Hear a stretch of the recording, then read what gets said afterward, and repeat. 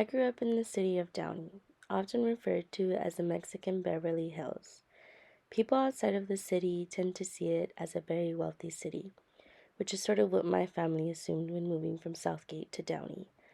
There's no denying that Downey is a pretty safe city compared to surrounding cities, but it's also not what it seems.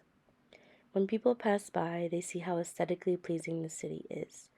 Most people think Downey is full of big houses like these.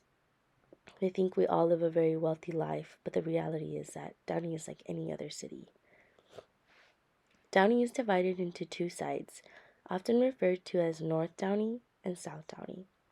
North Downey is what most people see when passing through the city. They see big houses, mansions, pretty streets, and a pretty well kept city.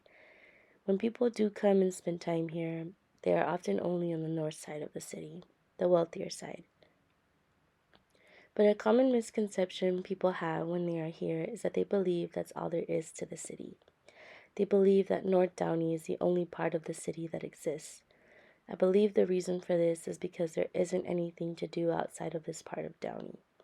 All the things one wants to do here are located on the more aesthetically pleasing side of the city. Whether it's going out to watch a movie, going out to eat at a restaurant, or even simple things like going grocery shopping. Because, like I said, there isn't anything else to do outside of North Downey. If people from the south side of Downey need to make a quick trip to the grocery store, they'll have to travel to the opposite side of the city, which can often take anywhere between 15 and 25 minutes. With the exception of a few pharmacies and a Latino grocery store called La Vallarta that is located on the south side of Downey, the rest of the grocery stores are located on the opposite side of the city. When people do acknowledge the other side of Downey, they often talk down on it. They'll call it ghetto when in my opinion, it's nowhere near that. Or people will even mistake it as being part of the city of Paramount or the city of Southgate. I remember being in high school and a teacher mentioning living near a park by the south side of the city. And he said, you know how after that one park, it's the ghetto side of Downey, if you can even call it Downey, and it's kind of bad and ugly. Why live right before that where the houses are still sort of nice? And as someone who lives in what he called the ghetto side of Downey, I sat there feeling sort of embarrassed because the other kids knew exactly what he was talking about. And I never thought I'd hear one of my own teachers call a place where I and many others live as the bad side of the city. People who live here know about this division. It's talked about a lot. You'll constantly hear phrases like the good side of Downey, North Downey, the ghetto side of Downey, the ugly side of Downey. When people are trying to pinpoint where something is located, you'll hear things like, oh, the coffee bean by where the nice side of Downey is. And I understand that people like to spend their time in an area that's nice and pretty. But as someone who's lived here for about 13 years, the class division here is very apparent to me. Not only is class division something that those who live here can see and experience, but the difference in treatment is also noticeable.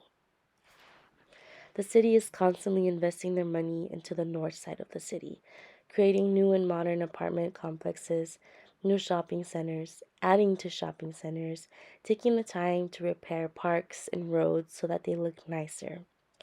I remember my neighbors and I having to make multiple calls for the city to come and fix very big potholes in our neighborhood, and the city not bothering to come until many months later. This shows how city officials prioritize one side of Downey over the other. We rarely ever see any modifications or additions to the south side of the city. Another thing that I have noticed over the years that I have lived in this city is not only that it's divided by social class, but also by ethnicity. Downey is primarily made up of Latinos and white people. Because I live in the south side of Downey and I'm mostly in this area of the city, I know that it's very uncommon to see white people living on this side. In the neighborhood that I live in, there's only one white family who's living here. They've lived here longer than I have, but they're well known by the rest of the neighborhood because of a few racist remarks they've made and a couple microaggressions that have happened towards some of us living here. Over the past few years, I've been able to observe the wealthier side of the city because my brother and his wife rent a home over there, which is not common because most people on that side own their homes. One thing I noticed that it's mostly white people living there with a couple of Mexican Americans, a few Cubans, and a couple Salvadorans. The Mexican Americans that I've met there were often third or fourth generation Americans whose parents were born here, they were born here, and some of their grandparents were even born here.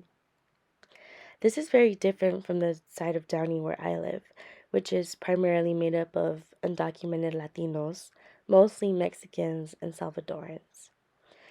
I'm not completely aware as to why such stark divisions are present in this city, but at times I can't help but wonder if this was done on purpose.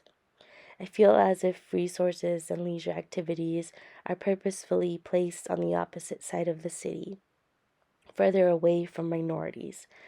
People passing by aren't able to see these divisions in the city. They don't know how one side of the city is often left out or completely disregarded. And I can tell you from personal experience that it's not a great feeling.